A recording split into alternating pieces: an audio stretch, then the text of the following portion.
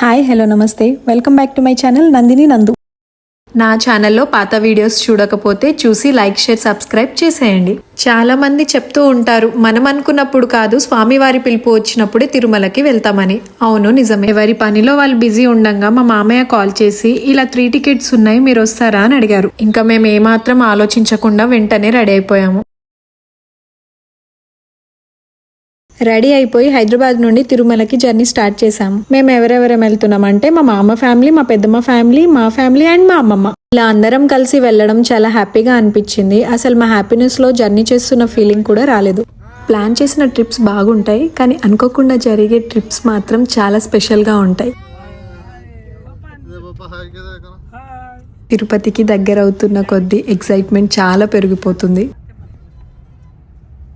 మా దర్శనం ఎలా జరిగిందనేది లాంగ్ వీడియోలో చూసేయండి. నా వీడియో నచ్చితే లైక్ షేర్ సబ్స్క్రైబ్ చేసేయండి. అండ్ మేమైతే ఫైనలీ రీచ్ అయిపోయాము. ఫ్రెష్ అప్ అయిపోయి డిన్నర్కి అని వెళ్తున్నాం. See you in the next video. Tata.